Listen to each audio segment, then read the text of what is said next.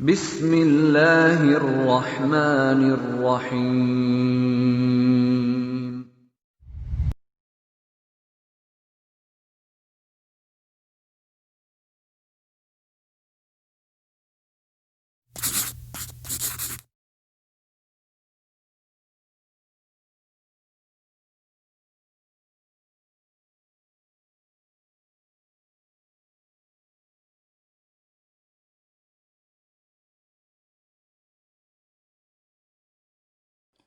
Bismillahirrahmanirrahim.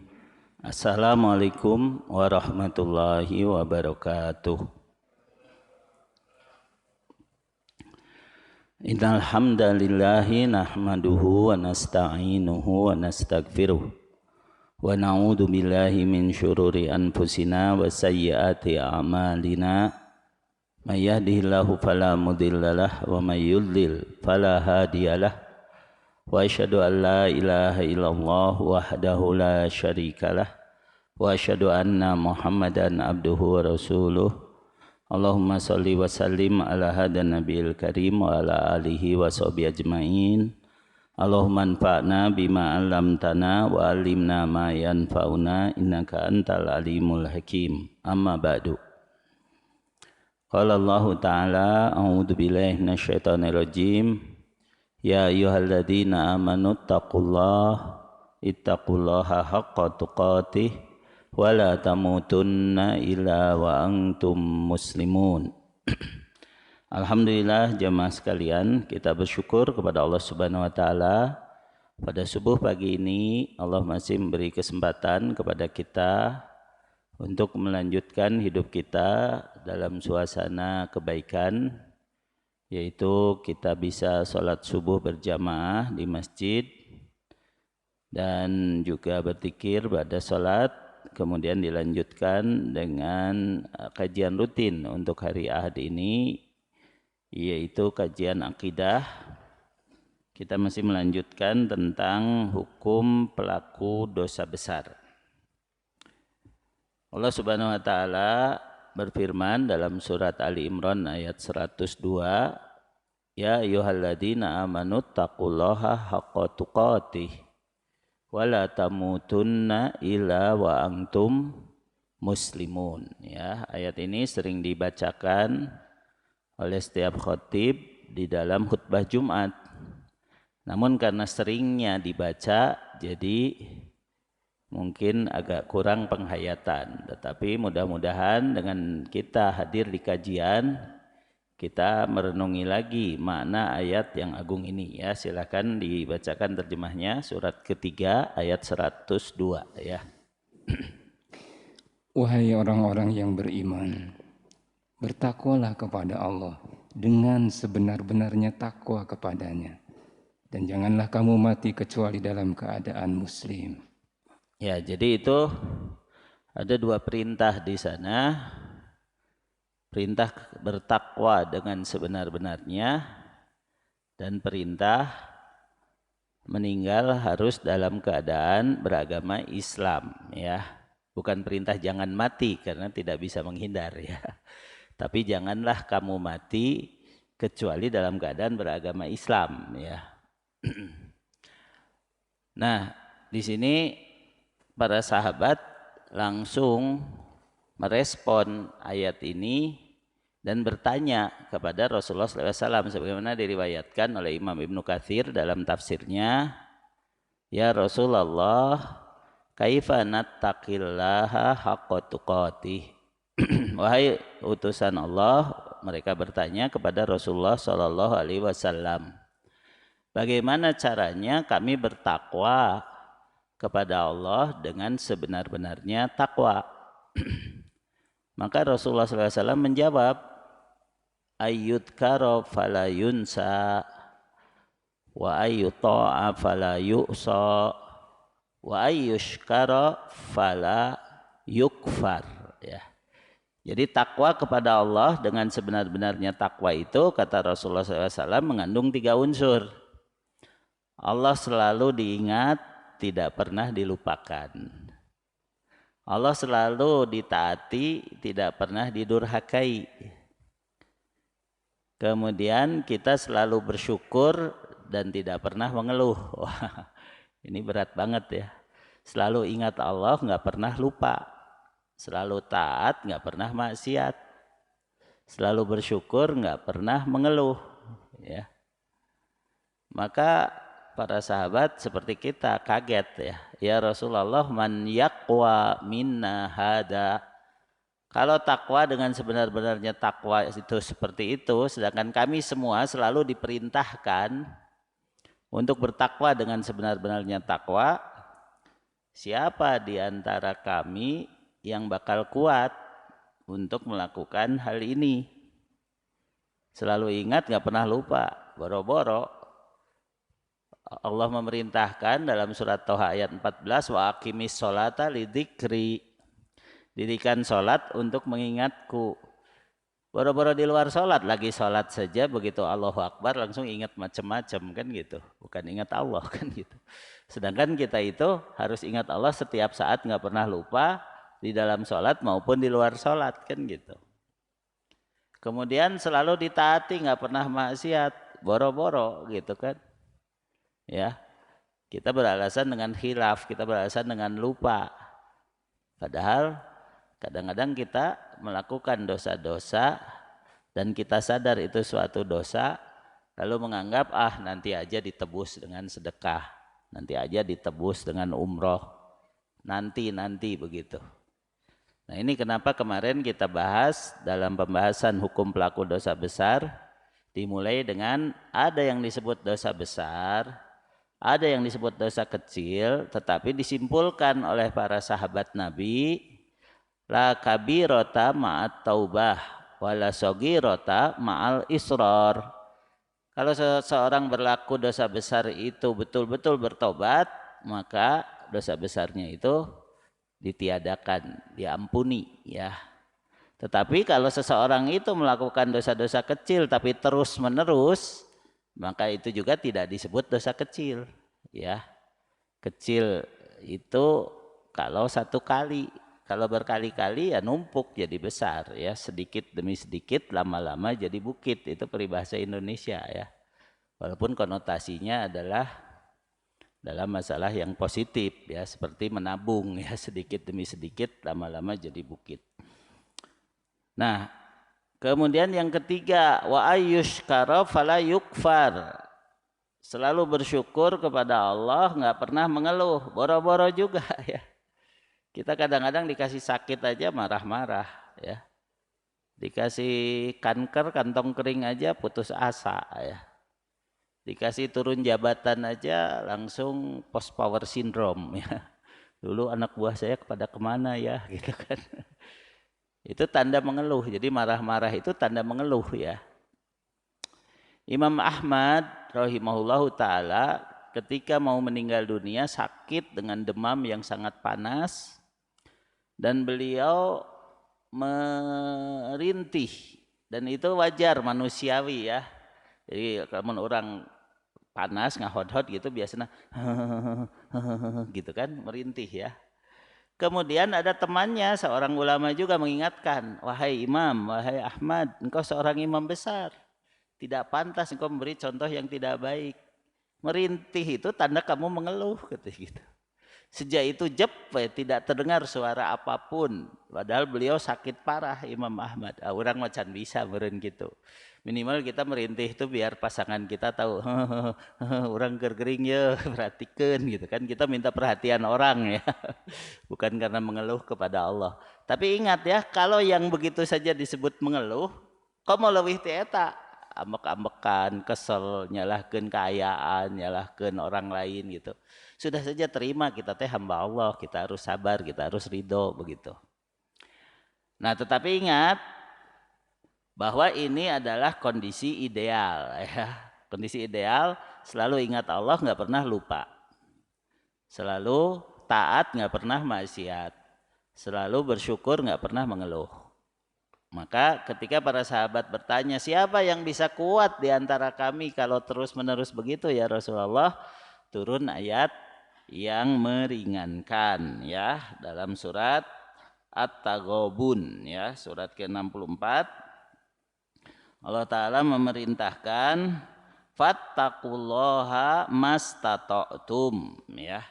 Bertakwalah kepada Allah sekuat kemampuanmu. Jadi kalau di dalam surat Ali Imran 102, walaupun ayat ini sering dibaca oleh setiap imam dalam khutbahnya, yaitu ittaqullaha haqqa tuqatih, namun dengan turunnya surat At-Taghabun maka ada keringanan. Sebagian ulama menyebutnya sebagai mansuh, ya, atau terhapuskan dari sisi secara makna hakikinya seperti tadi. Tetapi ada juga yang menyebutkan haqqa tuqatih di sana akhirnya ditafsirkan dengan mastata'tum, ya. Dan ini tidak bertentangan. Karena apa? Karena Al-Quran satu sama lain saling melengkapi dan saling menjelaskan, ya. Silakan dibaca terjemahnya. Fattaqullaha mastata'tum itu adalah ayat ke-16 surat 64, lengkapnya fattaqullaha mastata'tum wasma'u wa ati'u wa anfiqu khairal li anfusikum wa may yuqashuha nafsihi faulaika humul muflihun, ya. Silakan. Maka bertakwalah kamu kepada Allah menurut kesanggupanmu, dan dengarlah serta taatlah, dan infakkanlah harta yang baik untuk dirimu. Dan barang siapa dijaga dirinya dari kekikiran, mereka itulah orang-orang yang beruntung. Ya, jadi di sini ada isyarat kalau kamu tidak bisa terus-menerus ingat, ya, kadang-kadang lupa.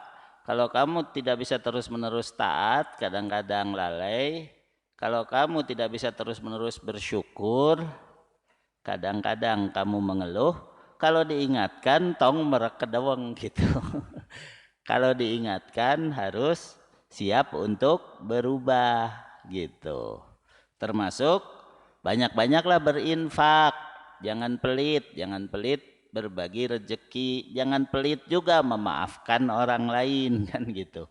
Jangan pelit juga mendoakan orang lain. Orang kadang-kadang ngadoakeun ge pelit, ya. Gimana Allah akan menolong kita, ya. Jangan pelit juga menolong orang lain gitu. Jadi ada solusi, ada jalan keluar, ya. Apalagi dalam ayat 102 juga sudah dinyatakan perintah minimalnya, yaitu wala tamutunna illa wa antum muslimun. Kalau kamu nggak bisa bertakwa setinggi-tingginya, ya kalau kamu mati jangan sampai keluar dari Islam, jangan sampai murtad, jangan sampai batal keimananmu. Ini yang sudah kita bahas sebelumnya, ya, tentang pembatal-pembatal keimanan, ya. Mengapa ini saya jadikan pengantar? Karena ya hukum pelaku dosa besar ini berkaitan dengan pemahaman yang benar dalam masalah akidah. Bukan berarti menggampang-gampangkan dosa, ya.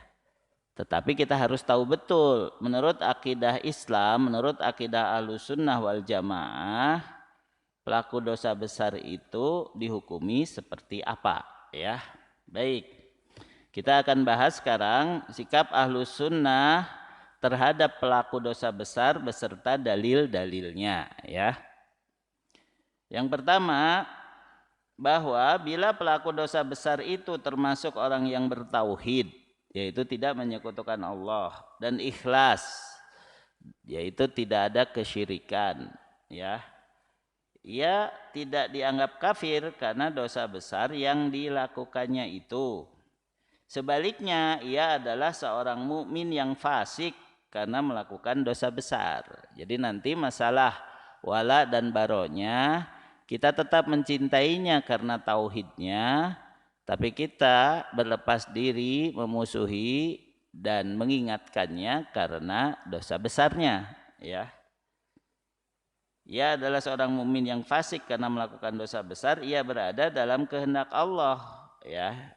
Kedudukannya adalah tahta masyiatillah, terserah Allah, ya, berada dalam kehendak Allah. Insya'a adzabahu wa insya'a ghafara lahu.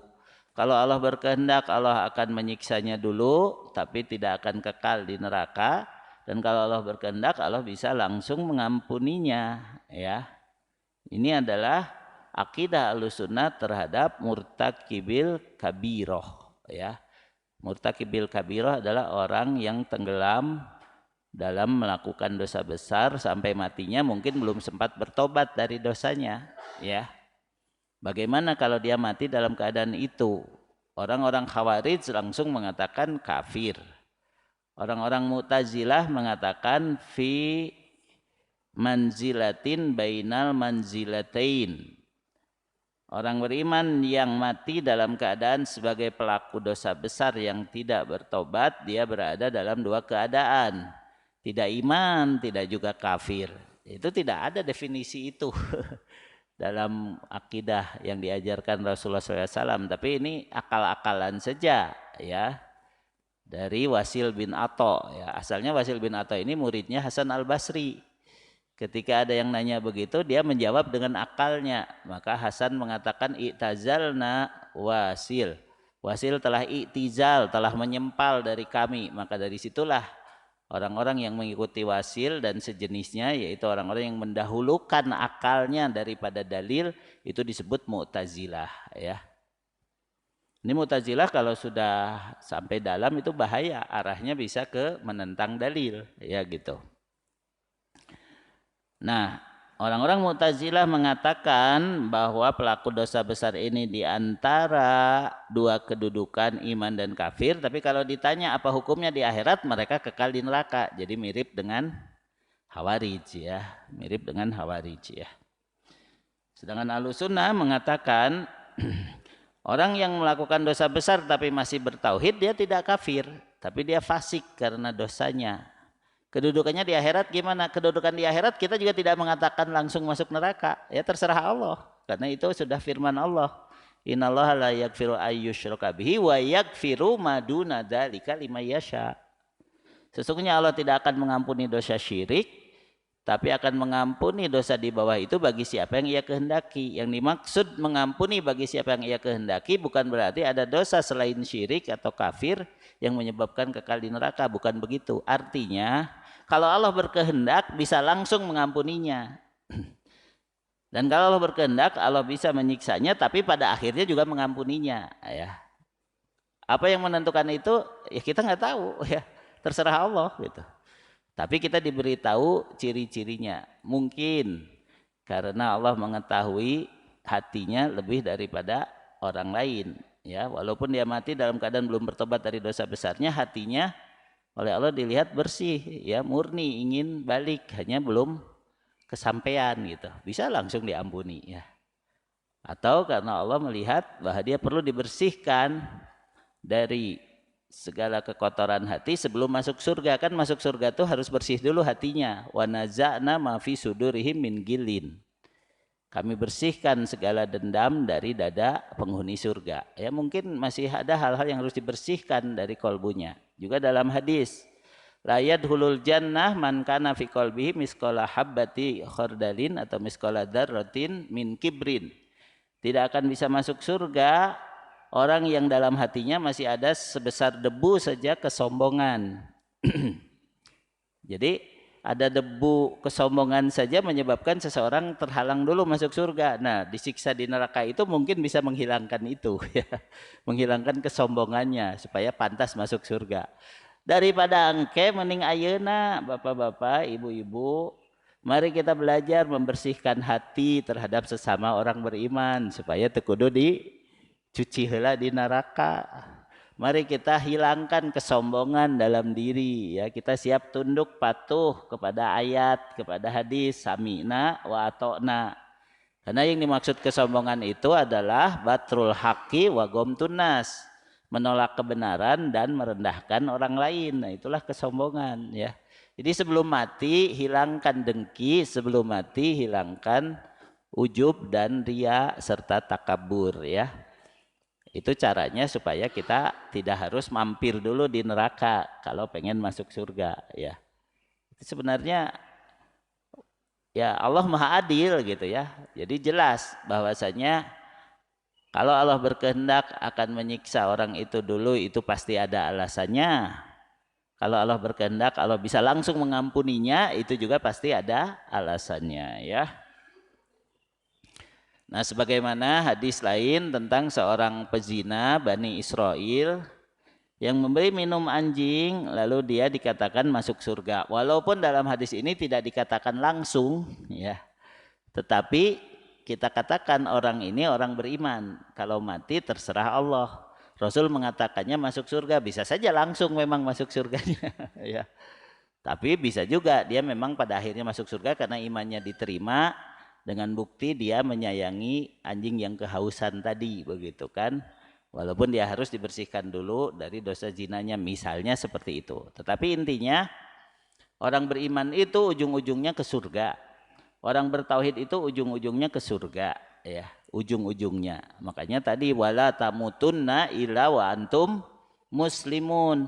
Kalau kamu tidak bisa bertakwa setinggi-tingginya takwa yang menyebabkan kamu masuk surga itu tidak harus ke neraka dulu ya, maka jagalah jangan sampai kamu mati kecuali dalam keadaan beragama Islam, dalam keadaan tauhidmu diterima, dalam keadaan imanmu diterima. Karena kalau tauhid diterima berarti tadi sekalipun dia mati dalam keadaan belum bertobat dari dosa besar maka ia berada dalam kehendak Allah. Jika Allah berkehendak, Allah akan mengampuninya. Namun jika Allah belum langsung mengampuninya, Allah akan menyiksanya dulu di neraka sesuai amalan yang dikerjakannya. Setelah itu, Allah akan mengeluarkannya dari neraka dan tidak menempatkannya kekal di neraka. Ya.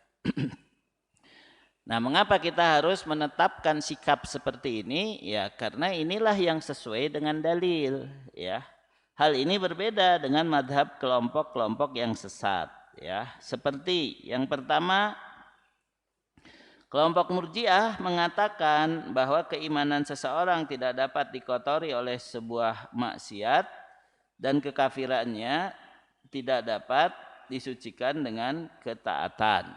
Ini di satu sisi bahwa orang kafir berbuat taat apapun kalau dia tidak masuk Islam, kalau dia tidak beriman tetap masuk neraka dan kekal di dalamnya, itu betul. Tapi kalau itu dikiaskan dengan karena itu orang iman pun melakukan kejahatan apapun tetap akan masuk surga dan tidak akan masuk neraka dulu, itu salah. Jadi ini kias yang tidak benar karena tidak berdasarkan dalil ya. Kalau orang kafir mau berbuat apapun sebaik apapun ya, kalau dia tidak masuk Islam, kalau dia tidak bertauhid pasti kekal di neraka gitu. Hanya tentu di neraka ada tingkatan-tingkatannya lagi gitu kan. Ada kafir musyrik, ada kafir ahli kitab, ada kafir nifak. Siapa yang paling bawah? Kafir nifak, justru ngaku Islam tapi hatinya kafir, itu paling bawah di nerakanya. Setelah itu kafir musyrik ya. Karena musyrik ini jauh betul dari tuntunan kenabian. Yang berikutnya kafir ahli kitab. Kafir ahli kitab di atasnya. Ya. Karena orang kafir ahli kitab ini masih ada sentuhan sisa-sisa peninggalan Nabi terdahulu, tapi dia mengingkari Nabi Muhammad SAW. Begitu ya. Itu kafir ahli kitab disebutnya. Setelah itu di atasnya baru usatul muwahhidin ya. Orang-orang bertauhid tapi masih melakukan dosa besar, dia dibakar dulu di neraka tapi pada akhirnya masuk surga, maka dia ditempatkan pasti di atas mereka begitu ya, karena akan keluar lagi kan, kayak begitulah dari sisi tingkatan-tingkatan neraka ya. Jadi yang paling bawah itu justru siapa? Munafik ya, surat ke-4 ayat 145. Jadi yang paling bawah derajatnya di neraka adalah orang munafik ya. Surat An-Nisa ayat 145, silakan dibaca terjemahnya. Sungguh orang-orang munafik itu ditempatkan pada tingkatan yang paling bawah dari neraka, dan kamu tidak akan mendapat seorang penolong pun bagi mereka. Ya, jadi innal munafikina fid darkil asfali minan nar. Sesungguhnya orang-orang munafik itu tempatnya di neraka paling bawah. Dan kamu tidak akan mendapati penolong bagi mereka, artinya mereka kekal di sana ya. Kemudian orang-orang kafir, musyrik dan ahli kitab. Ya, disebut ahli kitab karena di atas daripada musyrik. Itu surat ke-98 ayat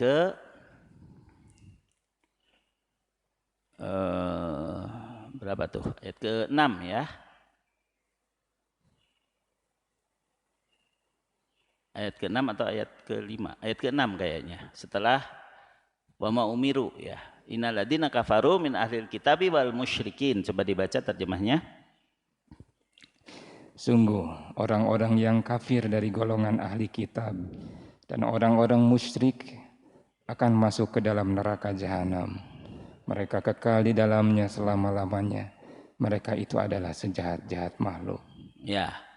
Jadi disebut di sini ada dua jenis kekafiran, kafir ahli kitab dan kafir musyrikin ya. Kemudian secara khusus ahli kitab ini orang-orang yang menyekutukan Allah, yaitu menganggap Al-Masih anak Maryam sebagai putra Allah. Itu dikatakan haram masuk surga dan kekal di neraka. Itu surat kelima ayat 72.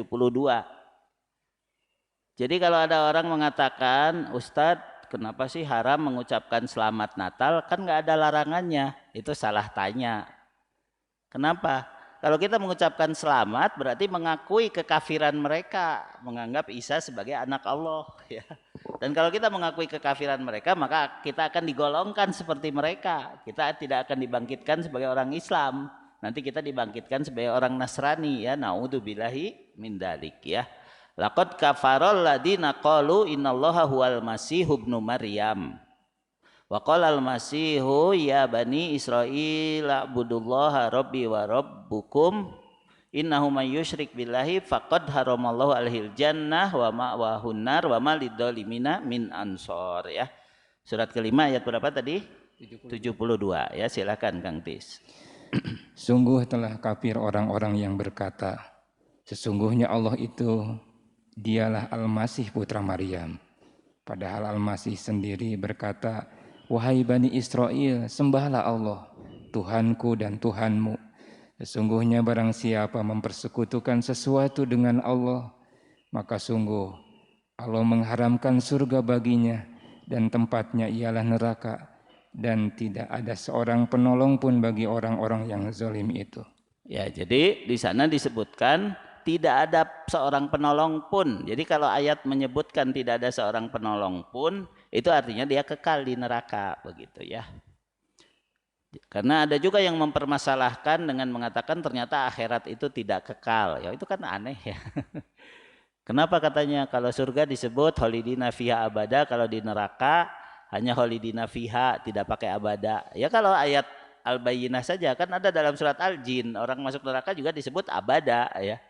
Jadi kalau Allah sudah menetapkan kekal ya kekal. Bahkan kata kekal itu sendiri diisyaratkan dengan bahasa lain seperti tadi, wa ma lidzalimina min ansor, wa ma lahum min nasirin. Jadi kalau sudah dikatakan tidak ada penolong bagi mereka, berarti Allah tidak menolong mereka, mereka kekal di sana. Seperti adab terhadap orang munafik, seperti adab terhadap orang yang menyekutukan Allah dengan menganggap Isa sebagai anak Allah, kan gitu. Itu surat kelima ayat 72 tadi, dan sebelumnya surat keempat ayat 145.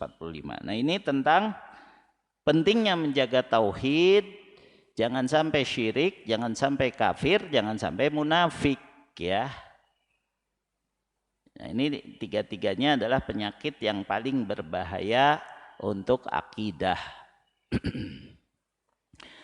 Nah tapi orang-orang murji'ah, nah ini beda lagi ya. Orang-orang murji'ah menganggap kalau sudah bersyahadat, sudah beriman, sudah bebas melakukan apapun. Karena orang kafir pun kan tidak terpengaruh.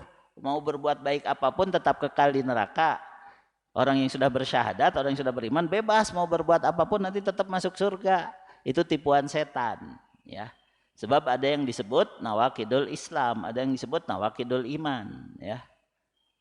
Bahkan banyak juga kan di antara yang sudah bersyahadat kemudian murtad kan, keluar dari Islam dengan terang-terangan ya gitu kan. Nah ini kekeliruan dari kelompok Murji'ah. Yang kedua, kelompok Mu'tazilah yang mengatakan bahwa pelaku dosa besar statusnya tidak mukmin dan tidak juga kafir. Ia berada di antara dua kedudukan, yaitu kedudukan fi manzilatin baina manzilatain, ya berada dalam satu keadaan di antara kafir dan iman. Tapi bila ia meninggal dunia dalam keadaan belum bertobat dari dosa besarnya, ia kekal di neraka. Ini pendapat Mu'tazilah, ya. Dan itu juga keliru karena bertentangan dengan ayat, yaitu surat An-Nisa ayat 48 dan 116. Kalau ini sudah terkenal ya, jadi nggak usah dibacakan terjemahnya. Innallaha la yaghfiru ayyushraka bihi wa yaghfiru ma duna dzalika liman yasha. Sesungguhnya Allah tidak akan mengampuni dosa syirik dan akan mengampuni dosa di bawah itu bagi siapa yang ia kehendaki. Tadi sudah dijelaskan. Yang dimaksud bagi siapa yang ia kehendaki adalah tetap diampuni, hanya kondisinya bisa disiksa dulu, bisa tidak. Itu yang dimaksud ya. Adapun dalil-dalil Ahlus Sunnah yang menguatkan bahwa sikap Ahlus Sunnah ini adalah sikap yang benar. Bahwa para pelaku dosa besar tidak kekal di neraka dan keadaannya kita katakan terserah kehendak Allah jika dia masih bertauhid. Juga kita tidak katakan dia langsung masuk neraka ya. Tetap kita katakan terserah kehendak Allah. Dalam hal ini Ahlussunnah memiliki banyak dalil dari Al-Qur'an dan Sunnah ya. Di antara dalil-dalilnya yang pertama Allah Ta'ala berfirman, wa in ta'ifatani minal mu'minina naqtatalu fa aslihu bainahuma fa in bagat ihdahuma 'alal ukhra faqatilul lati tabghi hatta tafi'a ila amrillah fa in fa'at fa aslihu bainahuma bil adli wa aqsitu innallaha yuhibbul muqsitin innamal mu'minuna ihwatum fa aslihu baina akhawaikum wattaqullaha la'allakum turhamun. Silakan dibaca terjemahnya. Dan kalau ada dua golongan dari mereka yang beriman itu berperang, hendaklah kamu damaikan antara keduanya. Tetapi kalau yang satu melanggar perjanjian terhadap yang lain, hendaklah yang melanggar perjanjian kamu perangi sampai surut kembali pada perintah Allah. Kalau dia telah surut, damaikanlah antara keduanya menurut keadilan. Dan hendaklah kamu berlaku adil. Sesungguhnya Allah mencintai orang-orang yang berlaku adil. Orang-orang beriman itu sesungguhnya bersaudara. Maka damaikanlah, perbaikilah hubungan antara kedua saudaranya itu. Dan takutlah terhadap Allah, supaya kamu mendapat rahmat. Ya baik, jadi di sini adalah perintah untuk mendamaikan di antara dua orang beriman yang saling berperang. Padahal berperang, membunuh itu suatu dosa besar. Membunuh satu orang beriman saja bisa menyebabkan kekal di neraka kalau didasari kemunafikan ya. Tapi kalau dua kelompok itu sama-sama beriman dan kemudian berperang, mereka dua-duanya tetap dikatakan beriman. Hanya yang satu dikatakan kelompok yang benar, satu dikatakan kelompok yang salah. Atau bisa saja dua-duanya salah gitu. Tapi tidak mungkin dua-duanya benar ya. Tapi dua-duanya beriman, itu yang benar ya. Dua-duanya beriman ketika mereka sedang berperang sekalipun begitu ya. Sisi pengambilan dalil, Allah Ta'ala masih menganggap beriman orang-orang mukmin yang melakukan kemaksiatan saling bunuh-membunuh yaitu berperang. Dan kelompok yang melanggar perjanjian dengan kelompok lain dalam peperangan itu yang harus lebih dimusuhi. Dia menganggap mereka bersaudara dan memerintahkan kaum mukminin untuk mendamaikan saudara-saudara seiman mereka itu ya. Jadi kenapa kalau kemarin ketika terjadi pembunuhan terhadap 6 orang ya yang mengawal HRS itu kita cukup geram karena ini memang kelihatannya mereka dibunuh karena keimanannya, sedangkan pihak lain bukan karena keimanannya gitu. Wallahu a'lam ya. Jadi kalau sama-sama beriman mah sama-sama sedang memperjuangkan kebenaran yang didasari dalil, itu dua-duanya kita katakan sama-sama beriman. Contoh waktu peperangan antara kelompok Ali dan kelompok Muawiyah radhiyallahu anhuma ya. Bagi kita mengatakan dua-duanya beriman ya. Dua-duanya kelompok kaum beriman. Hanya Ahlussunnah mengatakan Ali itu seorang mujtahid yang musib. Ya, seorang yang berijtihad dengan ilmunya, dengan keimanannya dan tepat ijtihadnya. Sedangkan Muawiyah dalam hal ini, dalam peperangan ini adalah mujtahid yang mukhti, yang keliru ijtihadnya ya. Jadi tetap ada yang keliru mah pasti gitu kan. nggak mungkin dua-duanya benar. Tapi dua-duanya masih beriman, begitu. Berbeda dengan Syiah. Syiah mah mengkafirkan yang kelompok Muawiyah kan begitu. Jadi jauh kalau Syiah dengan Ahlus Sunnah itu. Yang anehnya di kita ya, pada ngaku Ahlus Sunnah tapi sekarang ngahiap-hiap ke Syiah, ngahiap-hiap ke Ahmadiyah. Di mana sunnahna nu dicekel teh gitu kan. Kalau Ahlus Sunnah tidak anti Syiah itu dipertanyakan kesunahannya kan gitu. Kudu simpel we orang banyak. Orang beriman itu musuhnya adalah orang kafir gitu kan. Kalau kita ngaku beriman tapi ngahiap-hiap orang kafir, di mana imanna? Sunni itu musuhnya Syiah, kasarnya begitu ya. Lawannya Syiah adalah Sunni. Kalau ngaku Sunni tapi ngahiap-hiap ke Syiah, di mana Sunni manehna gitu. Logika sederhana sajalah, orang awam lah gitu. Apalagi kalau kembali kepada dalil ya begitu ya. Selanjutnya dalil yang lain dari hadis. Jadi ini sudah cuma disebutkan 2 dalil tapi sangat jelas ya dalil ini.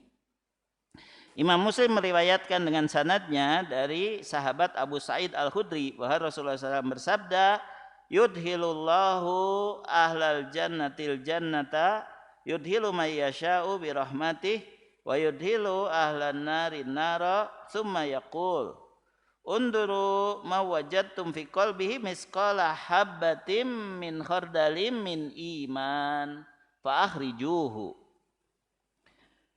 Ketika Allah memasukkan ahli surga ke dalam surga, dia akan memasukkan siapa saja yang ia kehendaki ke dalamnya dengan rahmatnya.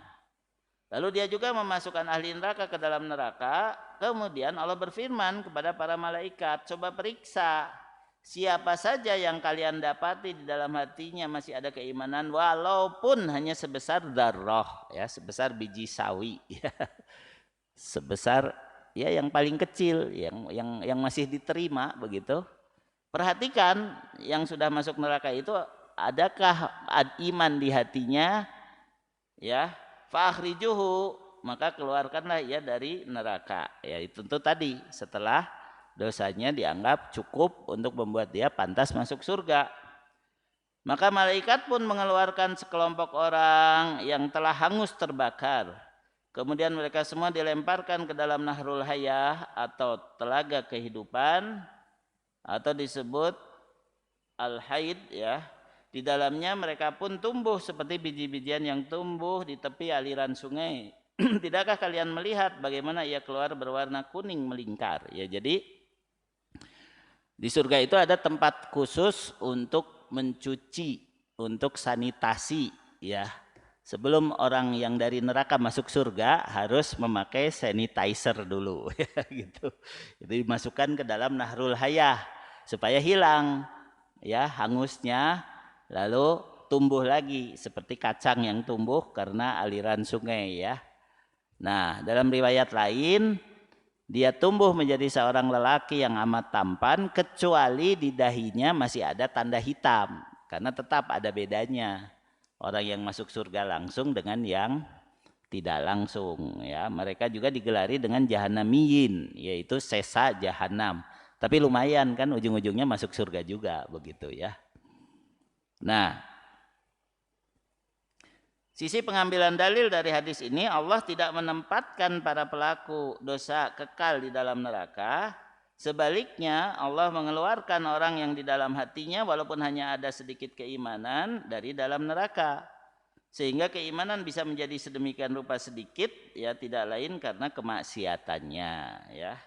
Baik itu berupa melanggar larangan atau tidak melaksanakan kewajiban ya.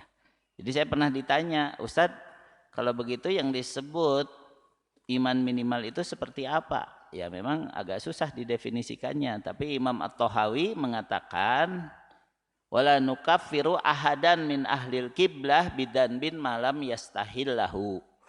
Kita tidak mengkafirkan seorang pun dari ahli kiblat kami dengan dosanya selama ia tidak menghalalkannya. Jadi kalau disebut ahli kiblat minimal dia masih sholat gitu kan, masih punya iman, minimal dia masih sholat 5 waktu. Itu kalau Imam At-Tahawi. Kalau di dalam hadis disebutkan man ra'a minkum mungkaran falyughayyirhu biyadihi. Siapa yang melihat kemungkaran ubah dengan tangannya. Berarti dia masih punya iman, bahkan itu yang maksimal, mengubah kemungkaran dengan tangannya, ya. Kemudian fa'ilam yastati fabilisanihi. Kalau dia tidak bisa mengubah dengan tangannya, ubah dengan lisannya. Nah, ini salah satu upaya kita dengan ceramah seperti ini, dengan menyampaikan kebenaran begitu. Itu juga masih punya iman. Fa'ilam yastati fabiqalbihi.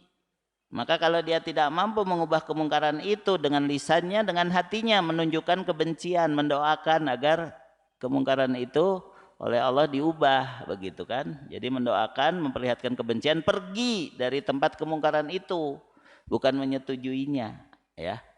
Karena disebut orang munafik itu ketika Allah dilecehkan, ketika Rasul dilecehkan, ketika ayat-ayatnya dilecehkan, ketika orang-orang beriman dilecehkan, dia malah mendukung, dia malah tepuk tangan, ya. Seperti dulu ada nenek-nenek yang pidato, ya.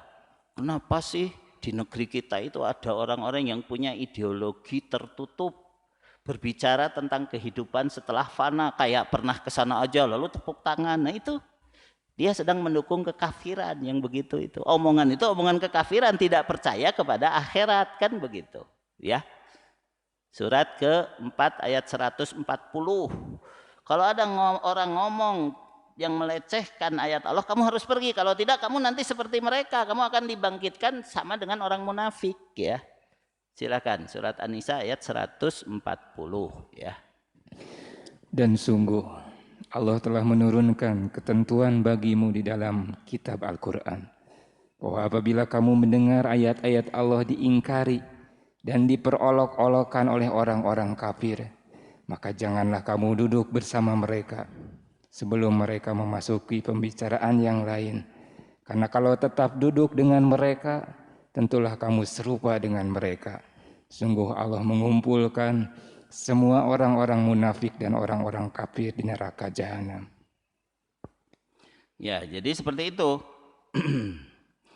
Kalau kita duduk ketika kemungkaran masih berlangsung, kita akan disamakan dengan mereka. Maka fa'ilam yastati fabi qalbihi, kalau kita tidak mampu mengingkari kemungkaran itu, ingkari dengan hati, yaitu pergi. Perlihatkan wajah tidak suka, pergi, begitu, ya. Kemudian mendoakan, ya Allah, ampunilah mereka, berilah hidayah kepada mereka, gitu kan. Itu mendoakan, ya. Kalau dia masih seorang muslim, ya, kita tidak bisa mengingkari kemungkarannya karena heureun kuletah, ya, istilahnya bahasa Sunda, ya. Heureun kuletah rek ngomong kumaha, ya teh gitu kan, ya. Nah, riwayatnya diakhiri dengan walaisa min wara'i dzalika min iman. Kalau sudah tidak bisa mengubah kemungkaran dengan hati, tidak ada benci sama sekali terhadap kemungkaran, ya sudah nggak punya iman lagi, begitu. Itu yang dimaksud iman yang paling kecil, yaitu mengingkari kemungkaran hanya dengan hati, ya. Ini malah menganjurkan selamat Natal itu nggak apa-apa, ya. Dalam Al-Quran juga ada, dicarikan dalilnya, dipilihkan, kan kayak gitu. Minimal tuh ngomong nanaon, gak ada orang mau nanaon itu. Ini malah menganjurkan, kan aneh kan gitu. Bahaya, ya. Jadi walaupun kita berbicara tentang pelaku dosa besar tidak kekal di neraka, tapi kalau dosa besarnya itu sudah membatalkan keislamannya, ya, itu sudah tidak termasuk pembahasan kita, kan begitu, ya. Karena kalau sudah mendukung orang Yahudi dan Nasrani, berarti kamu sekelompok dengan mereka. Itu adalah pembatal keimanan atau keislaman. Kalau sudah mengolok-olok ayat Allah, berarti kamu sudah munafik. Itu adalah pembatal keimanan, pembatal keislaman. Ya, sebagai penutup, jadi kita kembalikan kepada pembahasan sebelumnya. Mengapa dibedakan antara nawakidul iman dengan pelaku dosa besar? Dosa besar itu masih tidak sampai dosanya itu kepada batalnya iman, ya. Surat kelima ayat 51, ya. Jadi surat Al-Maidah 51 ini bisa kemana-mana, ya. Termasuk tadi mengucapkan selamat kepada hari raya orang kafir yang sedang memperingati kekafiran mereka. Yang sedang meringkari kemusyrikan mereka, itu nanti kamu seperti mereka, ya. Surat kelima ayat 51, ya, silakan. Wahai orang-orang yang beriman, janganlah kamu menjadikan orang Yahudi dan Nasrani sebagai teman setiamu. Mereka satu sama lain melindungi Barang siapa di antara kamu yang menjadikan mereka teman setia, maka sesungguhnya dia termasuk golongan mereka. Sungguh Allah tidak memberi petunjuk kepada orang-orang yang zalim. Jadi memang Al-Quran itu selalu up to date. Jadi Al-Maidah 51 itu jangan dilupakan. Itu selalu tepat untuk keadaan-keadaan seperti ini ya. Kemudian orang yang mengolok-olok ayat Allah, mengolok Rasul Allah, mengolok orang-orang beriman, itu walaupun dia katakan saya hanya main-main ya, tapi itu bisa menyebabkan kekafiran jika tidak bertobat ya. Surat ke-9 ayat 65 dan 66 ini juga sama ya, dalil tentang walaupun hanya bercanda, kalau sudah berkaitan dengan ayat-ayat Allah diingkari, itu bisa menyebabkan kafir. Karena tadi duduk saja ketika mendengar ayat-ayat Allah sedang diolok-olokkan, kita akan dimasukkan dengan golongan mereka ya. Apalagi ikut bercanda, ikut mendukung ya. Surat ke-9 ayat 65 66. Silakan.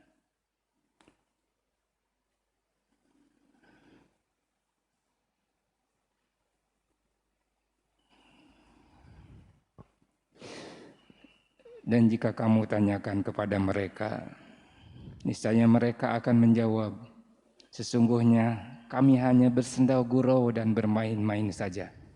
Katakanlah, mengapa kepada Allah dan ayat-ayatnya serta Rasulnya kamu selalu berolok-olok? Tidak perlu kamu meminta maaf karena kamu telah kafir setelah beriman. Jika kami memaafkan sebagian dari kamu karena telah tobat, niscaya kami akan mengazab golongan yang lain karena sesungguhnya mereka adalah orang-orang yang selalu berbuat dosa. Ya, jadi begitu ya. Kalau kita bicara akidah itu harus sampai yakin. Yakin itu didukung dengan dalil, dengan ayat ya. Dan ayat itu harus kita tempatkan sebagai prioritas, bukan akal ya. Kenapa? Karena yang mendahulukan akal daripada ayat yaitu Mu'tazilah. Atau ada yang disebut furuhul Mu'tazilah. Furuhul Mu'tazilah itu Mu'tazilah kecil, yaitu orang-orang aklaniin, orang-orang rasionalis ya. Bangga dengan filsafat, bangga dengan logika, lupa kepada dalil ya. Bahaya itu ya.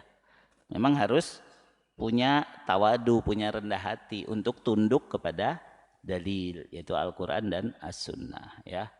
Jadi semoga kajian akidah atau kajian tauhid yang kita bahas ini menguatkan keyakinan kita dengan benar, agar kita ditempatkan oleh Allah sebagai orang yang punya tauhid yang murni, yang besar, yang bisa menyebabkan diampuni semua dosa ya.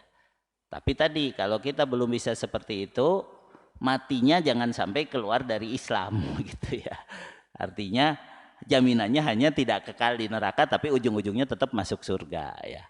Kita kan nggak mau walaupun masuk surga lewat neraka dulu. Setuju tidak? Alhamdulillah, sama, saya juga nggak mau. Tapi kita banyak dosa nggak? Betul, saya juga banyak dosa gitu. Tapi salah satu cara untuk bisa bersih dari dosa-dosa itu yang paling ampuh adalah benarnya tauhid, lurusnya tauhid. Ini sebagai ayat penutup bagi kajian pagi ini, yaitu surat ke-6 ayat 82. Jaminan dari Allah, orang yang tauhidnya benar, bersih dari syirik ketika matinya, maka dialah hakikatnya yang husnul khotimah, diampuni semua dosanya sehingga aman dari siksa neraka. Sedangkan kalau dari sekarang kita memiliki tauhid yang benar, maka sampai mati kita akan dibimbing oleh Allah, diberi petunjuk untuk menghadapi masalah kehidupan. Jadi jaminan keamanan dan jaminan petunjuk itu hanya bagi orang yang tauhidnya benar ya. Fokuskan kepada memperbaiki tauhid, memperbaiki keimanan. Silakan Kang Tis, terjemahnya surat 6 ayat 82. Orang-orang yang beriman dan tidak mencampur adukan iman mereka dengan syirik, mereka itulah orang-orang yang mendapat rasa aman dan mereka mendapat petunjuk. Ya, alhamdulillah, itu ayat yang harus selalu kita ingat ya. Alladzina amanu walam yalbisu imanhum bidzulmin ulaika lahumul amnu wa hum muhtadun. Orang-orang yang beriman dan tidak mencampur adukan keimanannya dengan kedoliman yaitu syirik, maka bagi mereka keamanan. Jika imannya penuh, tauhidnya penuh, amannya juga penuh. Wahum muhtadun, dan mereka selalu diberi petunjuk yang paling utama nanti petunjuk untuk masuk ke dalam surga Allah. Semoga kita mendapatkan tauhid yang ikhlas, yang murni dari syirik, ya, sehingga kita mendapat ampunan dosa dan mendapatkan surga. Amin ya rabbal alamin. Demikian untuk pagi ini. Subhanakallahumma wa bihamdik, asyhadu an la ilaha illa anta, astaghfiruka wa atubu ilaik. Wassalamualaikum warahmatullahi wabarakatuh.